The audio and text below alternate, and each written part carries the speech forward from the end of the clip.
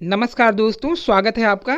माध्यमिक शिक्षा चयन बोर्ड का वैकेंसी जारी हो गया है, जिसमें पीजीटी का भी पदें विषयवार यहाँ पर सूची दे दिया गया है। आपको बता दें, इसमें बीएड अनिवार्य नहीं है। जैसा कि हर राज्यों में पीजीटी यानी प्रवक्ता परीक्षा के लिए बीएड अनिवार्य होता है, लेकिन उत्तर प्रदेश सरकार ने इस बार भी बीएड को अनिवार्य नहीं बनाया है। हालांकि अगर बीएड रहेगा तो आपको वेटेज अंक मिलेंगे।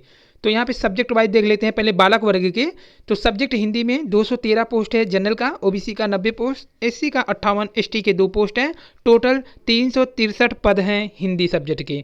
जबकि गणित में टोटल पोस्ट 98 हैं। गृह विज्ञान में टोटल पोस्ट हैं 2, एक जनरल वर्ग में है, एक ओबीसी में। अर्थशास्त्र में 74 पद हैं जनरल के, जबकि टोटल 143 पोस्ट हैं। वहीं इतिहास की बात करें तो 68 पोस्ट हैं, जबकि इंग्लिश की 269 पोस्ट यहाँ पर टोटल हैं। कला विषय में कुल 49 पद हैं। नागरिक शास्त्र में कुल 153 पद हैं, जबकि ज्योग्राफी यानी भूगोल सब्जेक्ट की बात करें तो 124 जनरल के हैं, 81 सीट ओबीसी के हैं, जबकि 45 एससी के और एसटी के कोई भी पद भूगोल में नहीं है। टोटल 250 पद भूगोल सब्जेक्ट में बालक वर्ग में है।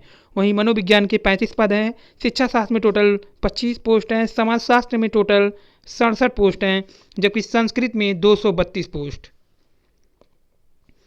और जीव विज्ञान में 108 पोस्ट हैं। भौतिक विज्ञान यानी फिजिक्स में 148 पोस्ट हैं, जिसमें 97 पोस्ट जनरल कैटेगरी के, 42 पोस्ट ओबीसी कैटेगरी के, 9 पोस्ट एससी कैटेगरी के हैं। रसायन विज्ञान में कुल 160 पद हैं। शारीरिक शिक्षा में 11 पद हैं। वाणिज्य में 45 पद हैं। सैन्य में 10 हैं और कृषि में 38 हैं। तर्कशास्त्र में 7 हैं। कुल टोटल 1315 जनरल में, 633 ओबीसी में, 326 एससी के, जबकि 7 एसटी के। टोटल 2281 पद हैं बालक वर्ग पीजीटी में।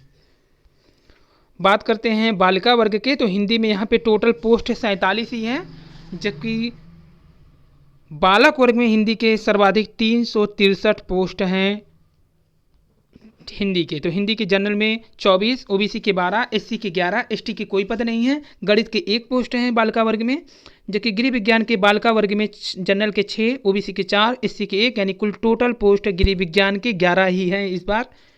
और अर्थशास्त्र में 28, इतिहास में 22, जबकि इंग्लिश में 28, कला में 27, नागरिक शास्त्र में 30, भूगोल में 8 विषय हैं बालिका वर्ग में, 5 जनरल के लिए, 3 ओबीसी के लिए। मनोविज्ञान में 5 जनरल के लिए, 3 ओबीसी के लिए हैं।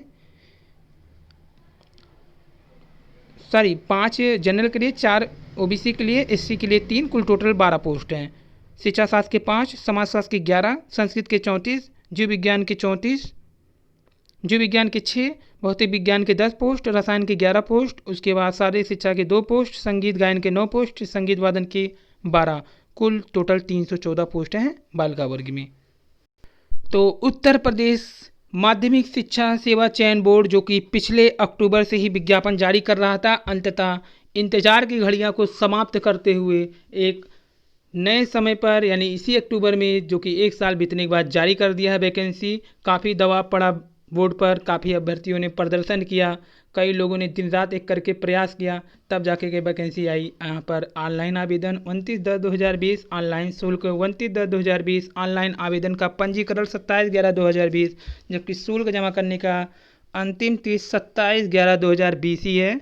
आपको बता दें, अनवरत पढ़ाई करते रहिए, कभी भी इस वैकेंसी का परीक्षा कराया जा सकता है। तो ये थे महत्वपूर्ण वैकेंसी निर्देश, जिसमें माध्यमिक शिक्षा चयन बोर्ड, जो कि 22 पेज का पीडीएफ जारी करते हुए यहाँ पर वैकेंसी को अंतिम रूप दे दिया है। और यहाँ पर जो शुल्क है आपको बता दें, अब जल्द ही इसी अक्टूबर में असिस्टेंट प्रोफेसर के पद भी निकाल सकता है आयोग उच्चतर माध्यमिक, जो कि 1 से 1.5 साल के बाद वो भी वैकेंसी के लिए एग्रीमेंट करा चुके हैं। तो आवेदन यहाँ देख लीजिए अभ्यर्थियों का, जो ऑनलाइन सामान्य रहेंगे 700 देना पड़ेगा उन्हें, टोटल 750। ईडब्ल्यूएस का शुल्क 600 रुपया देना पड़ेगा, जबकि अन्य पिछड़ा वर्ग को 700 रुपये देना पड़ेंगे। अनुसूचित जात को 400 रुपये देने पड़ेंगे, जबकि अनुसूचित जनजात को 200 रुपया।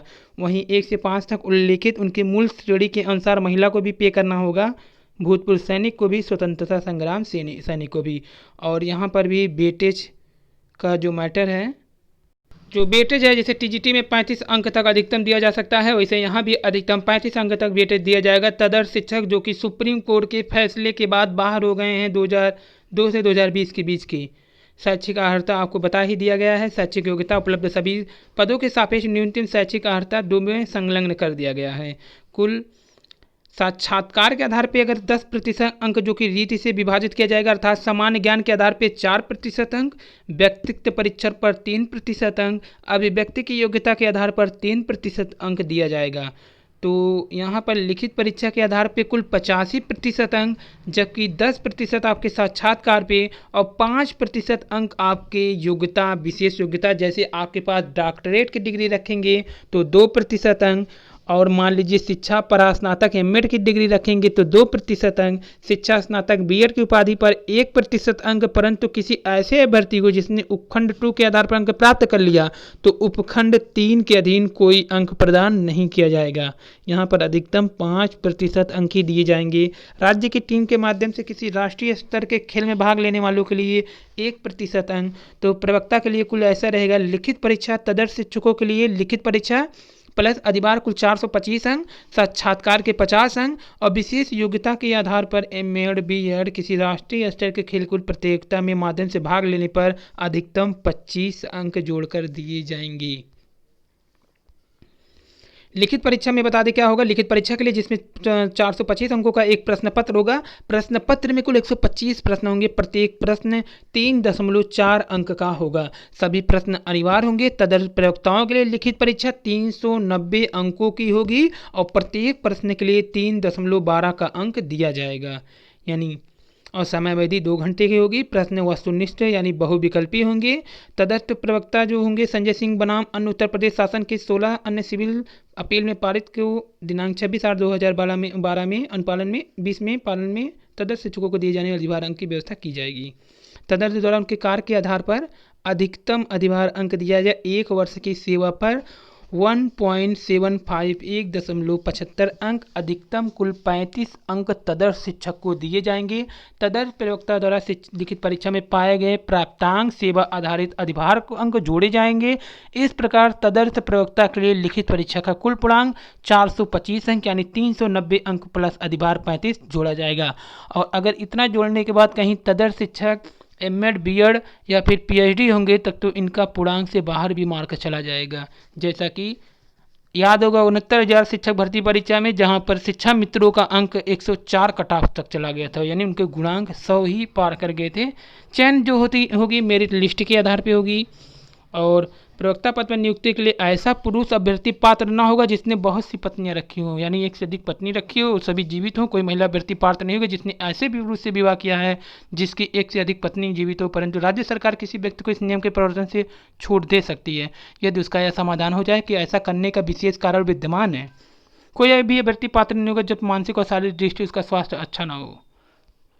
तो ये है पूरी प्रक्रिया के अनुसार जल्द ही परीक्षा भी कराई जाएगी। तदर्थ शिक्षकों के लिए यहाँ पर काफ़ी ज़्यादा सुविधाएं दी गई हैं। तदर्थ शिक्षक जो कि 20 साल के कार्यकाल के बाद इन्हें सुप्रीम कोर्ट ने बाहर का रास्ता दिखा दिया था। वीडियो पसंद आया लाइक सब्सक्राइब शेयर कीजिए। धन्यवाद, थैंक यू।